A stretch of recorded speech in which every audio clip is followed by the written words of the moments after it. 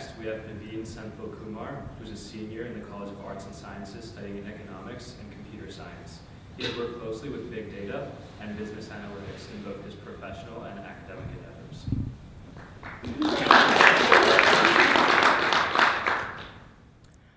So I wanted to first start by motivating the speech with some current events that have been going on. It might read a little bit like a history lesson.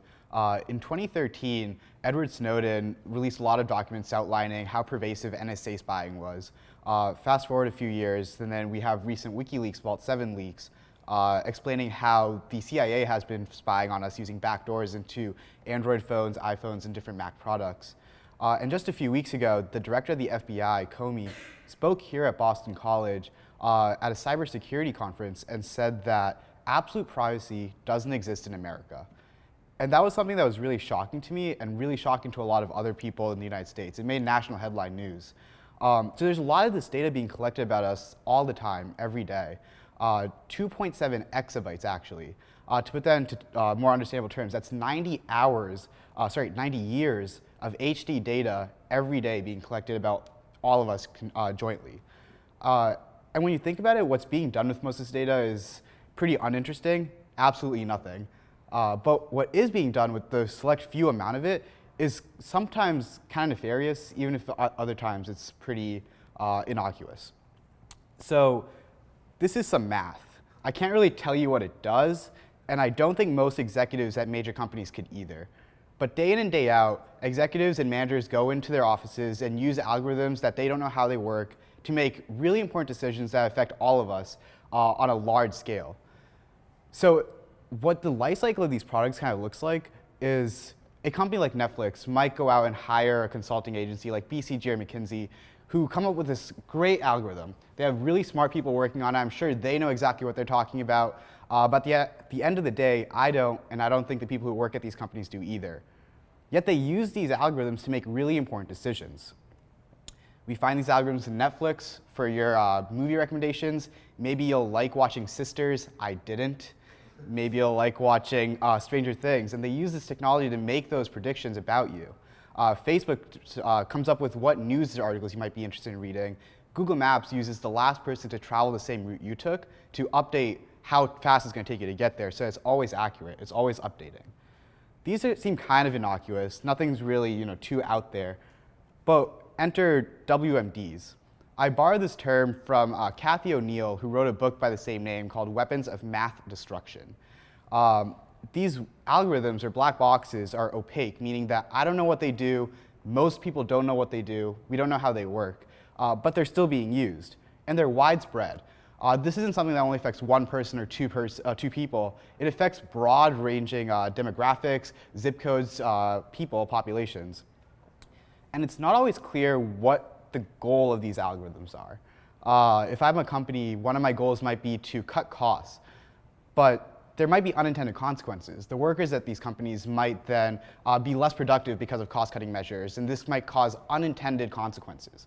So this ambiguous definition of success is really one of the driving factors behind why these algorithms get implemented by people who aren't affected by the consequences of these algorithms.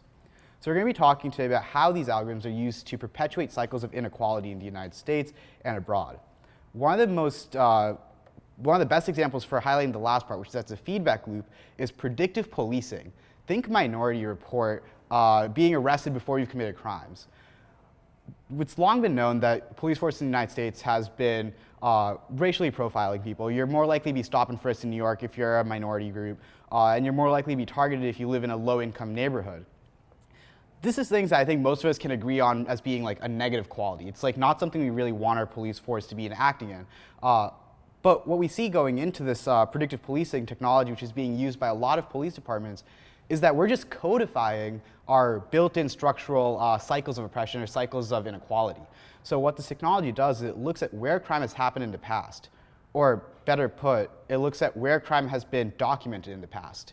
A white-collar worker on Wall Street isn't going to get arrested for having cocaine day in and day out, but a minority in a low-income neighborhood in Upper Harlem might be arrested for having minor possession of pot. So this is being documented, being fed into the system, and showing up as a high-crime area. And then when you look at this historical data, which is all these algorithms do, is they look at what's happened in the past and try to predict the future, you're going to see that we should be sending more police force to these just more impoverished areas. And there's a natural and logical conclusion to this. When you send more police force to an area, you're inevitably going to be finding more crime. And then this goes back into the software and it says, wow, look at how much more crime we have, we should send more police forces there. So we create this cycle of putting people into prison and re-entrenching the cycles of oppression that already exist. Predictive policing has actually had such a negative consequence that a lot of police departments have stopped using it. What we see is that we're putting people in jail, and because of all the problems external to big data with our criminal justice system, we're creating these societies that are almost microcosms of the bigger cities they live in, because we have people who are in and out of the criminal justice system so often with no opportunity for getting employment and no opportunity for moving out of these out of their demographic areas or their zip codes. Another slightly lighter topic might be airline tickets. A lot of people are surprised to hear that if your laptop isn't plugged in and you're running low on battery, a lot of these companies will charge you a higher fare for your airline ticket because they think that you'll just buy it before your laptop dies. So if your laptop's plugged in, you're more likely to have lower discount tickets on airlines. Another one is that airline tickets seem to be cheaper for some reason on Tuesday evenings. This is another one that doesn't really make sense to me. But what all of these do is they calculate an e-score. They take a bunch of information about what websites you've looked at in the past, what you do, what your likes on Facebook are, and then they come up with a price just for you.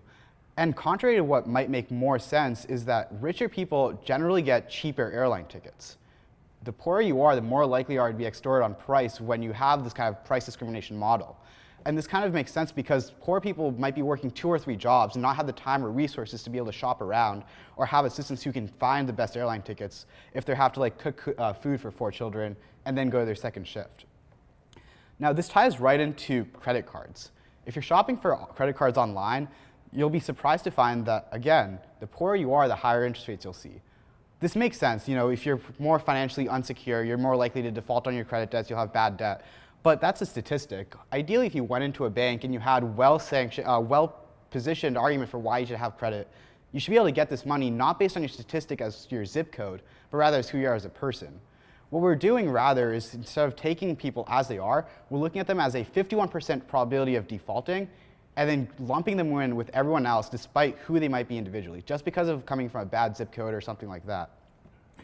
Now that's pretty obvious, poor neighborhoods are easy to discriminate against, but there's some more nefarious aspects of gathering this data collection. Facebook might be keeping track of what car shopping you're doing. A wealthy person shopping for a Mercedes or a new Mercedes is going to see lower interest rates being offered to them than someone who's maybe shopping for a used 2004 Ford Taurus. And when you give these people little or no credit, often on bad terms, you're making it harder for these people to be able to get access to the resources they need in order to be able to pull out of whatever cycles of inequality that exist. So that brings us to what an algorithm is.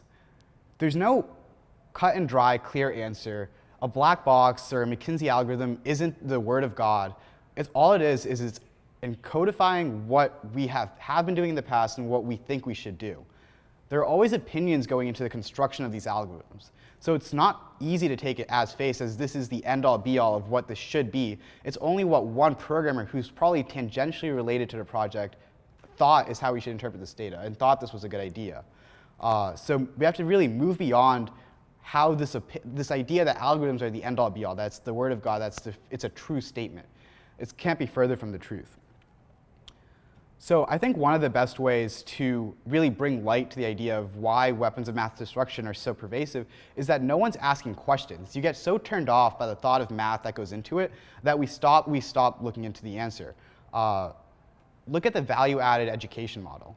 In a lot of these school districts, we came up with a way to measure teachers. We said that our education system was failing, so we need some way to find good teachers and get rid of bad ones. The value-add model compares a student's test scores from last year to this year, and teachers are held accountable for the difference. This makes sense in the context of 25,000 students. If you taught a class of 25,000 students, I'd be incredibly surprised. But the variance of having a good day versus a bad day, or having a bad situation at home versus a good one, for a lot of these people in low-income areas, has so much variance in a class of 20 or 25 that the data is simply not accurate.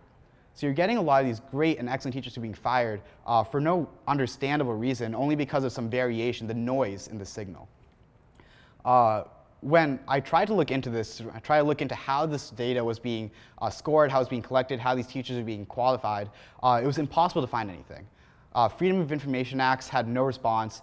If I reached out to the company, they wouldn't tell me because they had licensing terms with the state of New York where this model is being used. And the terms of that license was that even the teachers, the school district, doesn't have access to the way the algorithm works. The only people who know what it does is the company.